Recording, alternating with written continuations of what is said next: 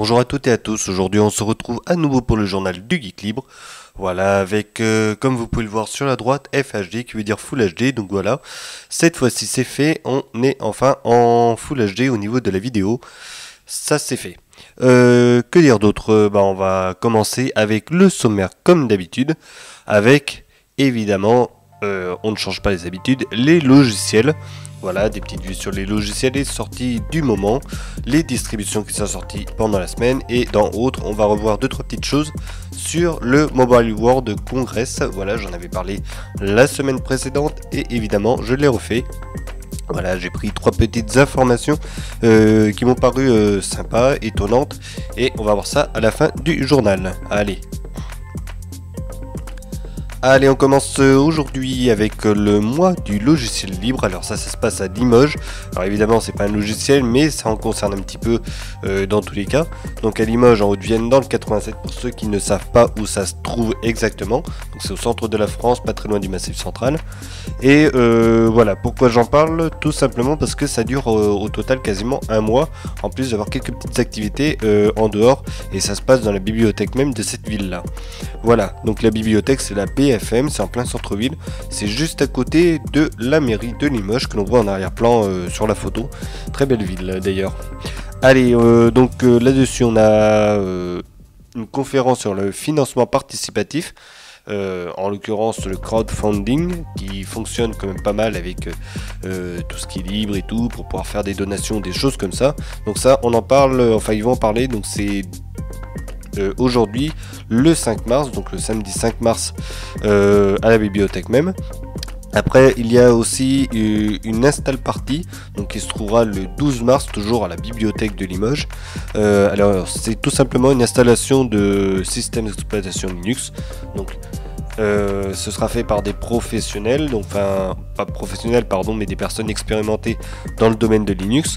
Voilà, ils vous conseilleront et tout pour pouvoir choisir la distribution et l'installeront ainsi sur votre machine. Donc évidemment, il faudra quand même sauvegarder et tout les documents, les choses comme ça pour être sûr de ne pas perdre quoi que ce soit comme données. Et ce sera installé. Voilà, donc ça c'est le 12 mars, toujours à la bibliothèque. Vous venez avec votre machine et puis à voir par la suite ce qu'il en sera. Du 10 mars au 28 mars, c'est ça ce que l'on appelle le mois du logiciel libre. C'est tout simplement à la BFM quasiment tous les jours. Donc mardi, mercredi, jeudi et vendredi. Parce que le week-end et puis le lundi, c'est pas ouvert. Donc c'est le mois du logiciel libre avec la découverte évidemment des logiciels libres, donc que ce soit LibreOffice, des choses comme ça, tout ce qui existe actuellement. C'est en grande partie pour pouvoir les présenter, découvrir un petit peu les logiciels, les utiliser sûrement aussi.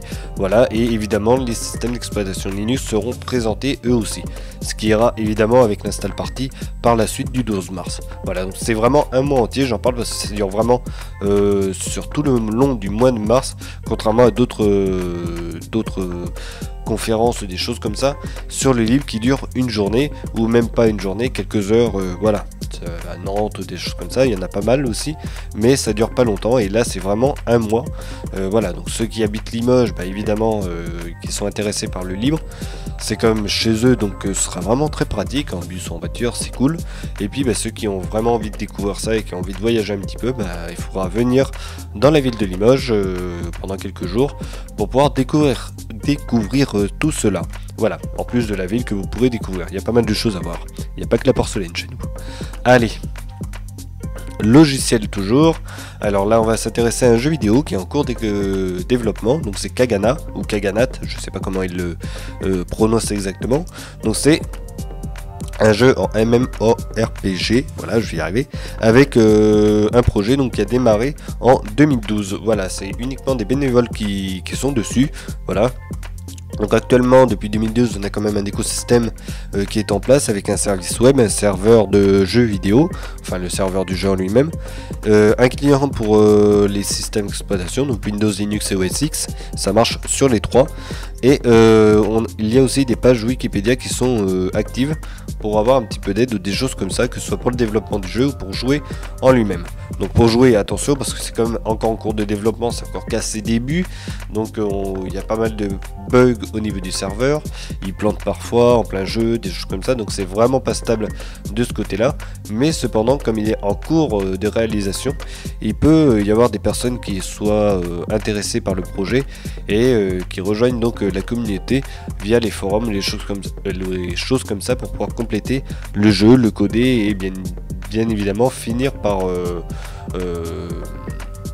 par le finir quoi, voilà.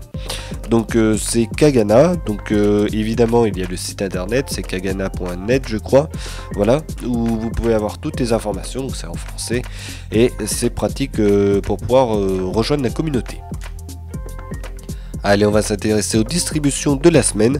Il y en a quelques-unes. On va commencer avec Netrunner, alors qui a fait une petite mise à jour, surtout au niveau de KDE, avec Plasma qui est passé en 5.5.4 et KDE, donc la base de logiciel qui est en 15.12.2. Voilà. Et sur la base, c'est du Manjaro Linux sur lequel il est basé. Chakra Linux, pareil, 2016.02, donc lui c'est exactement la même chose. On a des mises à jour notamment de Plasma et de KDE, et les mêmes mises à jour en 5.5.4 et KDE qui est aussi en 15.12.2. Voilà, donc qui bien évidemment voit tout ceci à jour. C'est tout pour lui. Solus Project, donc lui, évidemment il y a une mise à jour, donc 1.1 qui permet de réduire pas mal de bugs qu'il y avait à l'intérieur du système. Il y a une amélioration aussi au niveau du bureau, donc Budgie Desktop, qui lui est quand même un petit nouveau de ce côté là, ça fait quand même 1 an qu'il existe, donc c'est 1 ou 2 ans, donc c'est vraiment un nouveau, il est très récent, très moderne de ce côté là. Et il y a encore pas mal de petites choses à améliorer au niveau de l'ergonomie, des choses comme ça. Et donc voilà, ils ont sorti une nouvelle version qui permet d'améliorer les bugs et surtout améliorer le bureau en lui-même. Voilà. Allez, on va s'intéresser au Mobile World Congress avec pour le premier petit truc une bague connectée à son smartphone. Voilà, donc on n'arrête pas de connecter tout. Donc là c'est une bague, j'ai trouvé ça très original de voir une bague connectée, donc j'ai préféré, enfin j'ai voulu le mettre et vous le faire partager dans le journal. Alors la petite bague, qu'est-ce qu'elle nous permet de faire? Donc ce ZTE c'est chinois, je vous le dis tout de suite. Donc elle permet de traquer l'activité, voilà, donc quand on court, des choses comme ça, de voir un petit peu les calories qui ont été brûlées durant notre activité physique, de voir la distance qui a été parcourue, de savoir où est-ce qu'on a été, donc grâce au GPS intégré. Donc si on a été de Paris à Limoges par exemple pour aller voir le mois du logiciel libre, en courant, bah, ça permet de voir un petit peu sur son smartphone ce que l'on a fait, combien de calories on a brûlé, où est-ce qu'on a été, dans quelle ville on est passé. Voilà, bon j'exagère un petit peu, hein, Paris Limoges, il faut quand même le faire. Il y a une application qui permet de voir tout ça, donc ça fonctionne sous iOS et Android, seulement pas de Windows ni de BlackBerry OS pour le moment. Donc à voir s'ils vont le faire plus tard ou pas, mais en tout cas c'est sorti. Voilà, donc la bague en elle-même, elle permet aussi de prendre des photos à distance en secouant la main sur laquelle bien évidemment la bague est positionnée, et ça permet de déclencher l'appareil photo sûrement du smartphone à distance pour pouvoir prendre des beaux clichés. Voilà, donc la bague en elle-même elle est vendue de base à 250 € avec le cerclage et tout qui va avec, et on peut aller jusqu'à 1000 € pour la version en plaqué or. Voilà. Donc une petite bague à voir. Bon, est-ce que ça va vraiment servir et tout par rapport au monde connecté? À voir, mais en tout cas voilà, c'est un nouvel objet connecté qui vient de sortir. Allez, on passe à Oppo, la firme chinoise elle aussi, qui présente une recharge rapide, donc c'est Super VOOC, qui permet de recharger son smartphone en seulement 15 minutes. Voilà, donc à peu près 15 minutes. Donc c'est vraiment extrêmement rapide, et bien évidemment quand je dis 15 minutes, c'est à partir du moment où la batterie est quasiment à plat. Donc là, tel que l'on peut voir, là il présente une batterie à 5% de batterie restante, et normalement ça pourrait recharger jusqu'à 100% en 15 minutes grâce à un système de chargeur qui justement permet d'avoir une charge ultra rapide telle que celle-ci. Donc voilà, à suivre justement de ce côté là, mais si ça pouvait vraiment arriver sur tous les smartphones, ce serait vraiment cool pour pouvoir recharger les téléphones, surtout que les batteries sont de plus en plus conséquentes. On arrive à des batteries entre 3000 et 4000 mAh, 5000 pour certaines. Voilà, donc c'est quand même très conséquent. Et il faut savoir que les Chinois, eux, ils adorent justement gonfler les batteries ou des choses comme ça, contrairement à Apple par exemple. Et ça permet justement de pouvoir les recharger beaucoup plus vite. Éventuellement, ces grosses batteries, de les recharger, pourquoi pas en une demi-heure seulement, au lieu de peut-être 4 ou 5 heures à l'heure actuelle. Allez, pour terminer, on fait avec la 5G. Voilà, la 5G dans les bacs. Entre guillemets, c'est en train de se montrer. Voilà, il y a eu pas mal d'essais qui ont été faits et tout. C'est quand même très concluant. Voilà, donc on va parler un petit peu technique. En débit, on a pu atteindre, enfin ils ont pu atteindre, les chercheurs en Angleterre, ils ont pu atteindre un débit de 1 terabit seconde, ce qui équivaut à 1024 gigabits seconde.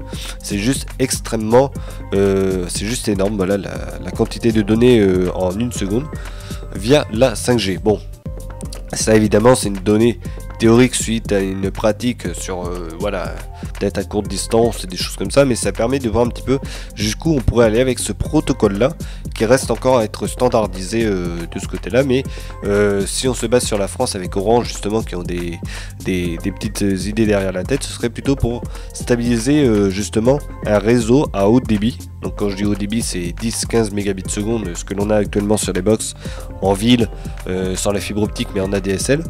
Ça permettrait d'avoir partout, même à la campagne, ce genre de débit. Si on se déplace en TGV ou des choses comme ça, ça permettrait d'avoir en permanence un débit assez élevé, que ce soit pour l'envoi ou la réception de données mobiles.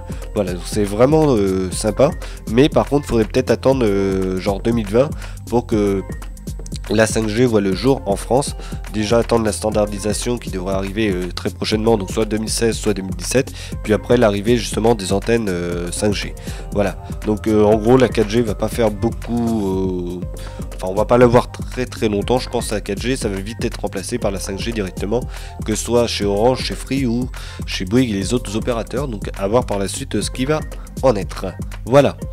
Allez, c'est fini pour le Mobile World Congress. Donc le Mobile World Congress, il est terminé depuis une semaine. Et puis moi, de toute façon, j'ai pas vu d'autres choses vraiment super importantes pour pouvoir vous en parler là-dessus sur le journal.